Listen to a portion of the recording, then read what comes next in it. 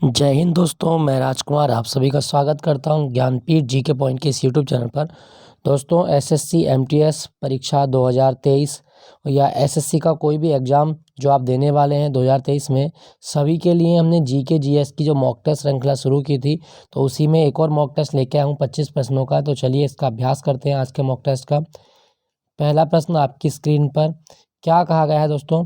2011 की जनगणना के अनुसार भारत में कौन सा भारत का सर्वाधिक जनसंख्या वाला महानगरीय शहर है? दोस्तों, कहने का मतलब है कि भारत का सबसे बड़ा मेट्रो शहर कौन सा था 2011 की जनगणना में? तो इसका सही जवाब क्या होगा? ऑप्शन बी इसका सही जवाब है, यानी कि मुंबई। मुंबई दोस्तों भारत में ये सबसे बड़ा महानगरीय शहर था, आप याद रखिएगा, ठीक है। और इसकी आबादी अगर हम बात करें तो लगभग 18 लाख आबादी थी इसकी। 18 लाख आबादी मुंबई की है, ठीक है। मतलब 18.14 मिलियन इसकी आबादी है। और इसके बाद में दिल्ली का स्थान आता है, उसके बाद फिर कोलकाता का स्थान आता है। तो ये आप याद रखना, पहले नंबर पे आपका मुंबई है, दूसरे पे दिल्ली है और तीसरे पे आपका कोलकाता है। ये भारत के 3 सबसे बड़े महानगर थे 2011 की जनगणना में, ठीक है। अच्छा, वैसे कितने थे आपके? 53।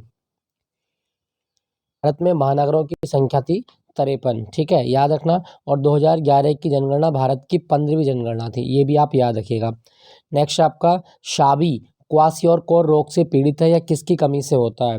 दोस्तों, क्वासियोरकोर जो ना, ये प्रोटीन की कमी से होने वाला रोग है। ऑप्शन बी इसका सही जवाब है, ठीक है। प्रोटीन की कमी से एक रोग और होता है आपका मरासमस।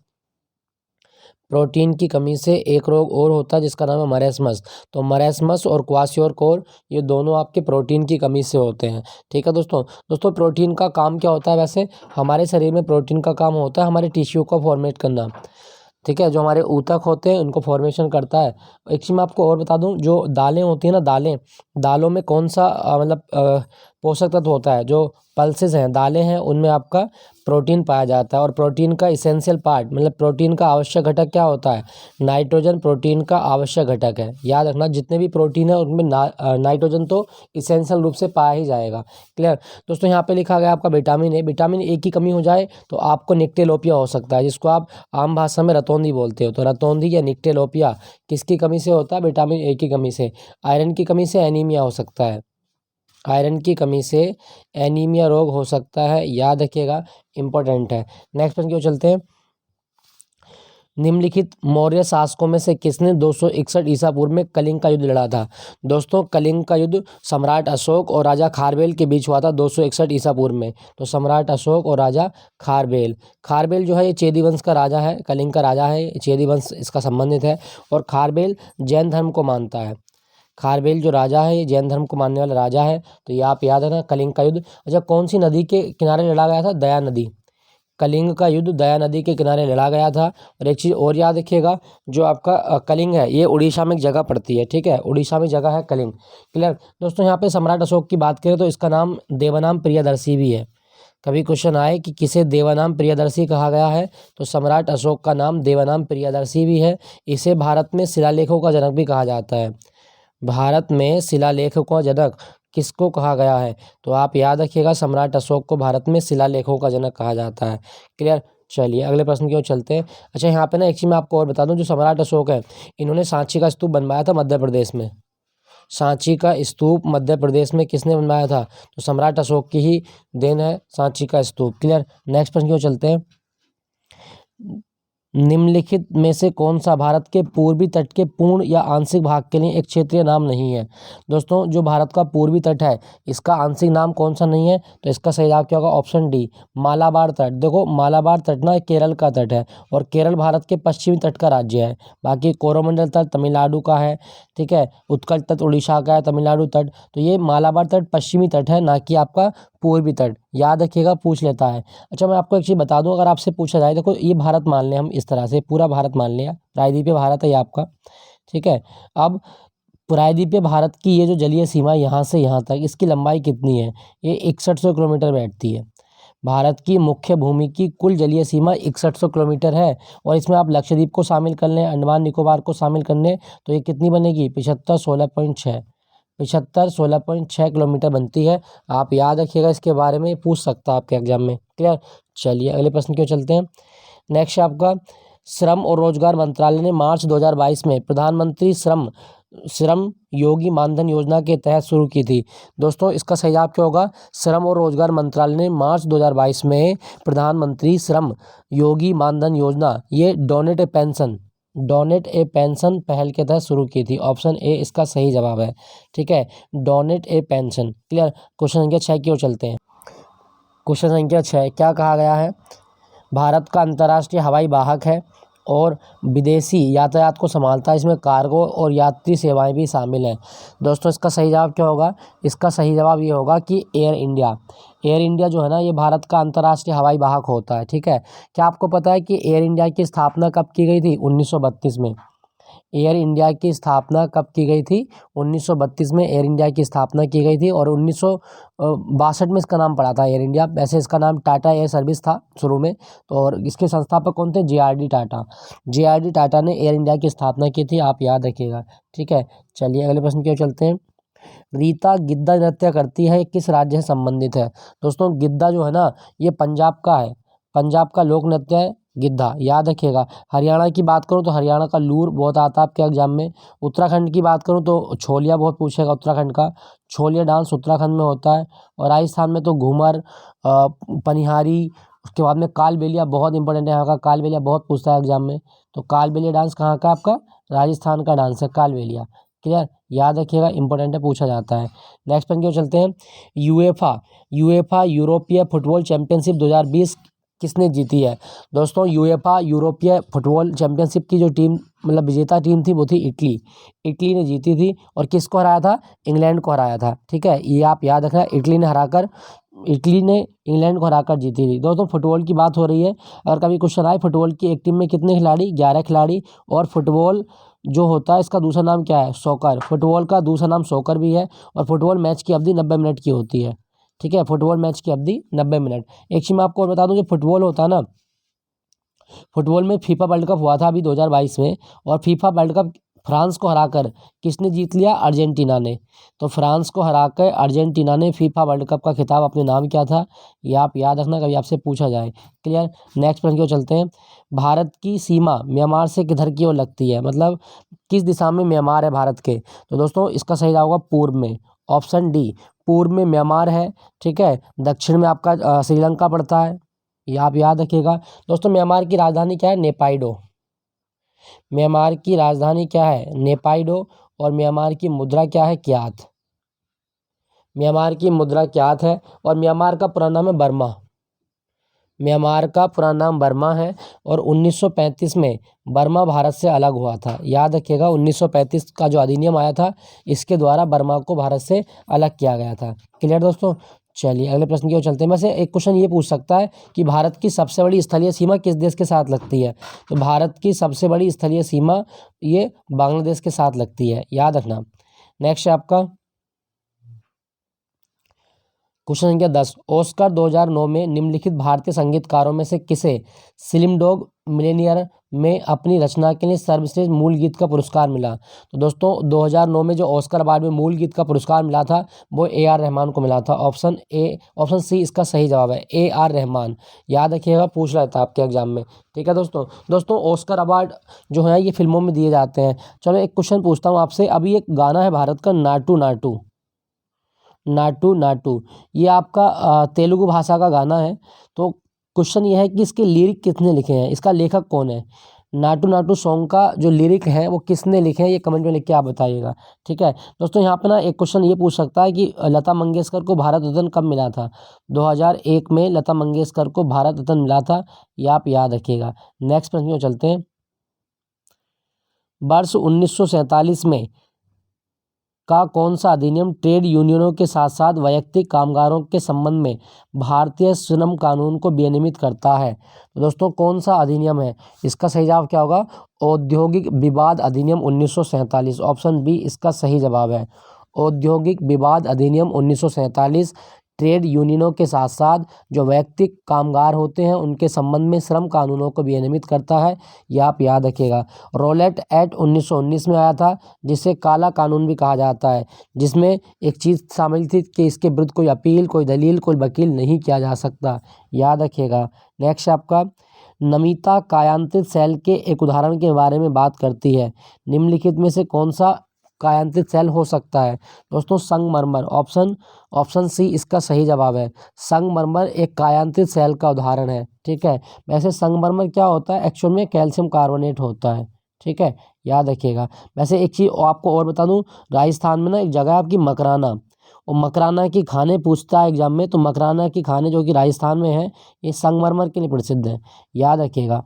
नेक्स्ट आपका, निम्नलिखित में से कौन तुगलक वंश का शासक नहीं था? दोस्तों तुगलक वंश का शासक कौन सा नहीं था, यह हमें बताना है। तो रुकनुद्दीन तुगलक गुलाम वंश का शासक है, ना कि तुगलक वंश का। तो ये आप याद रखिएगा, रुकनुद्दीन ये गुलाम वंश का संस्थापक है, ना कि तुगलक वंश का। क्लियर दोस्तों, याद रखिएगा। नेक्स्ट पॉइंट की ओर चलते हैं। निम्नलिखित में से कौन सा त्यौहार राजस्थान में मनाया जाता है? दोस्तों राजस्थान में कौन सा त्यौहार होता है? तो वो होता है आपका बूंदी उत्सव। बूंदी उत्सव राजस्थान में होता है। गुड़ी पड़वा ये महाराष्ट्र में होता है। बोनालू तेलंगाना का है। माथोनारंग लद्दाख का है। ठीक है, तो बूंदी उत्सव राजस्थान में होता है। राजस्थान का एक त्यौहार आप और याद रखना, गणगौर, ये बहुत पूछता है एग्जाम में, गणगौर। और एक होता है आपका पुष्कर का ऊंट मेला, पुष्कर का ऊंट मेला ही राजस्थान में होता है। ठीक है दोस्तों मैं राजस्थान के आपको 3-4 डांस बता देता हूँ जो आपके एग्जाम में पूछेगा। जैसे आपसे कहीं पूछे घूमर, घूमर कहाँ का डांस है? राजस्थान का। 13 ताली बहुत आता है आपके एग्जाम में, 13 ताली, तो ये भी आप याद रखिएगा। कालबेलिया बहुत पूछता है एग्जाम में, कालबेलिया कहाँ का डांस है? तो ये भी आपका राजस्थान का। कठपुतली बहुत पूछता है एग्जाम में, कठपुतली भी राजस्थान का डांस है।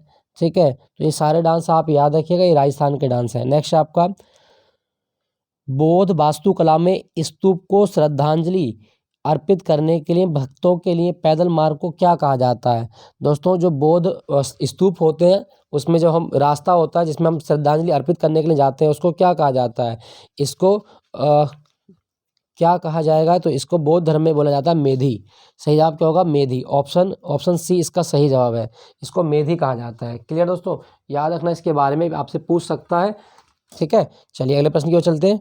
वैसे दोस्तों मैं आपको एक चीज़ बता दूं, देखो बौद्ध धर्म ना दुनिया का पहला धर्म था जिसने महिलाओं को धर्म में प्रवेश की अनुमति दी थी। महिला और शूद्रों को धर्म की आज़ादी देने वाला पहला दुनिया का धर्म कौन सा था? बौद्ध धर्म था। ब्राह्मण धर्म महिला और शूद्रों को धर्म की अनुमति नहीं देता, जबकि बौद्ध धर्म दुनिया का पहला धर्म था, ऐसा याद रखिएगा। नेक्स्ट आपका क्वेश्चन संख्या 16, क्या कहा गया है? जीवित जीवों के क्षेत्र और पर्यावरण के साथ उनके व्यवहार को इंगित कौन करता है? तो दोस्तों इसका सही जवाब क्या होगा? इसको सही जवाब होगा आपका जीव मंडल। ऑप्शन सी इसका सही जवाब है। बायोस्फीयर रिजर्व जीवित जीवों के क्षेत्र और पर्यावरण से संबंधित होता है, ये आप याद रखिएगा, पूछ सकता है आपके एग्जाम में। क्लियर। चलो एक क्वेश्चन ये है कि बायोस्फीयर रिजर्व शब्द किसने गढ़ा था? बायोस्फीयर रिजर्व शब्द किसने गढ़ा था? कमेंट में लिख के बताइएगा। नेक्स्ट प्रश्न की ओर चलते हैं, क्वेश्चन संख्या 17। दोस्तों यहाँ जो क्वेश्चन संख्या 17 है वो थोड़ा कट गया है, मैं आपको बता दूं क्वेश्चन क्या था। क्वेश्चन संख्या 17 ये कहता है कि भारत में ईवीएम जो शुरू हुई थी, ईवीएम शुरू करने वाला पहला राज्य कौन सा था? तो क्वेश्चन संख्या 17 का जवाब होगा आपका, भारत में ईवीएम शुरू करने वाला पहला राज्य था केरल। ठीक है, केरल। और 18वां क्वेश्चन जो कटा हुआ है आपके पीडीएफ में, वो क्वेश्चन था आपका कि नमक का सूत्र क्या होता है? NaCl होता है। ठीक है, सोडियम क्लोराइड उसका आंसर बनेगा। बस ये 2 क्वेश्चन कट गए हैं। चलिए अगले प्रश्न की ओर चलते हैं। फिर 19वां क्वेश्चन क्या कहता है? भारत की नई कर व्यवस्था के अनुसार वित्तीय वर्ष 2022-23 के लिए आयकर छूट सीमा क्या थी? दोस्तों भारत सरकार की जो नई कर व्यवस्था आई थी बजट में, उसके अनुसार कितने रुपए तक की मतलब टैक्स फ्री रखा गया था? तो इसका सही जवाब क्या? 2.5 लाख रुपए तक की सालाना आय। 2.5 लाख रुपए तक की सालाना आय जो थी वो आयकर छूट सीमा उस पर दी गई थी। ऑप्शन सी इसका सही जवाब है। अभी वर्तमान में जो अभी आया है उसमें 3 लाख कर दिया गया है। ठीक है, ये वर्तमान में जो अभी 23-24 का बजट है उसके अनुसार। नेक्स्ट प्रश्न है आपका, भारतीय संविधान का कौन सा अनुच्छेद कानूनों के समान संरक्षण और कानूनों के समक्ष समानता प्रदान करता है? दोस्तों कानूनों के समक्ष समानता जो देता है आर्टिकल 14 देता है। ऑप्शन सी इसका सही जवाब है। आर्टिकल 60 क्या कहता है? राष्ट्रपति की शपथ के बारे में बात करता है। राष्ट्रपति की शपथ के बारे में बात करता है आपका आर्टिकल 60, याद रखिएगा। आर्टिकल 30 शिक्षा संस्थानों की स्थापना और प्रशासन करने का अल्पसंख्यक वर्गों को अधिकार देता है, मतलब ये माइनॉरिटी के लिए है, ठीक है। आर्टिकल 42 ये आपका मातृत्व अवकाश के बारे में, मैटरनिटी लीव के बारे में बात करता है। क्लियर दोस्तों अगर आपसे पूछा जाए कि भारतीय संविधान के प्रत्येक पृष्ठ पर किसके साइन है, प्रेम बिहारी नारायण रायजादा के साइन है भारत के संविधान के प्रत्येक पृष्ठ पर। और भारतीय संविधान का शुभंकर क्या है, हाथी। भारतीय संविधान का शुभंकर क्या था, हाथी। और भारतीय संविधान का जनक किसको माना गया, डॉक्टर अंबेडकर को माना जाता है। नेक्स्ट है आपका फीडे ये शतरंज के लिए होता है। 44वां शतरंज ओलंपियाड 2022 भारत में कहाँ पर हुआ था? तो दोस्तों ये जो ओलंपियाड खेला गया था ये चेन्नई में हुआ था। आपका ऑप्शन डी इसका सही जवाब है, ठीक है। भारत में पहली बार हुआ था ये, तो चेन्नई में आयोजित किया गया था। पुरुष वर्ग में इसको उज्बेकिस्तान ने जीता था, उज्बेकिस्तान की टीम इसमें गोल्ड मेडल जीती थी। और यूक्रेन की टीम जो थी वो महिला वर्ग में गोल्ड मेडल जीता था, ठीक है, याद रखिएगा। दोस्तों मैं बात करूं शतरंज की, शतरंज में कितने खाने होते हैं, 64 खाने होते हैं। और फीडे का मुख्यालय कहाँ पर है? फीडे का मुख्यालय लॉज़ेन में है, फीडे का मुख्यालय लॉज़ेन में, याद रखिएगा। दोस्तों अगर आपसे एग्जाम में कभी क्वेश्चन आए कि भारत के किस शहर को डायमंड हार्बर कहा जाता है, कलकत्ता। कलकत्ता को भारत में डायमंड हार्बर कहा जाता है, याद रखिएगा। भारत में जो चाय बोर्ड का मुख्यालय है ना वो कलकत्ता में ही तो है, चाय बोर्ड का मुख्यालय कलकत्ता है। नेक्स्ट प्रश्न की ओर चलते हैं। निम्नलिखित में से किसे आदिवासी नृत्य शैली गुशाड़ी को जीवित रखने के लिए पद्मश्री से सम्मानित किया गया था 2021 में? तो दोस्तों गुशाड़ी जो नृत्य है ना ये आपका तेलुगु क्षेत्रों में मिलेगा, आपका तेलंगाना निवासी हैं तो इनका नाम है कनक राजू। ऑप्शन सी इसका सही जवाब। गुशाड़ी लोक नृत्य ये तेलंगाना में होता है, ठीक है। दोस्तों यहाँ पे लिखा गया है शंकर देव जो है ना इन्हें सतरिया नृत्य को जीवित करने का श्रेय दिया जाता है, सतरिया नृत्य शंकर देव। पंडित बिरजू महाराज ये तो आप जानते हैं, पंडित बिरजू महाराज कथक, पंडित बिरजू महाराज ये कथक के लिए प्रसिद्ध है भारत में, याद रखिएगा। नेक्स्ट आपका अगला क्वेश्चन। फरवरी 2022 में जवाहरलाल नेहरू विश्वविद्यालय की पहली महिला कुलपति कौन बनी थी? तो इसका सही जवाब क्या होगा, शांति श्री धूलीपड़ी पंडित, शांति श्री धूलीपड़ी पंडित। नेक्स्ट आपका अगला क्वेश्चन। एक नाटक में नरेश ने कहा स्वराज मेरा जन्मसिद्ध अधिकार है और मैं इसे लेकर रहूंगा, ये किस भारतीय स्वतंत्रता सेनानी का नारा है? दोस्तों स्वराज मेरा जन्मसिद्ध अधिकार है और मैं इसे लेकर रहूंगा ये कहा था बाल गंगाधर तिलक ने, बाल गंगाधर तिलक, ठीक है, जिन्हें भारतीय अशांति का जनक कहा जाता है, ठीक है, भारतीय अशांति का जनक किसको कहा गया है? तो बाल गंगाधर तिलक को ही भारतीय अशांति का जनक कहा जाता है। क्लियर दोस्तों। अच्छा मैं आपको एक चीज़ और बता दूं, देखो बाल गंगाधर तिलक की ना एक किताब थी आपकी गीता रहस्य, गीता रहस्य बाल गंगाधर तिलक की किताब है। और एक किताब और है इनकी द ओरियन ये किसकी किताब है? तो दोस्तों ये भी आपकी किताब जो है वो बाल गंगाधर तिलक की है, ठीक है। तिलक जो है और इन्हें मतलब महाराष्ट्र में राष्ट्रवाद की भावना फैलाने के लिए जाना जाता है। क्लियर।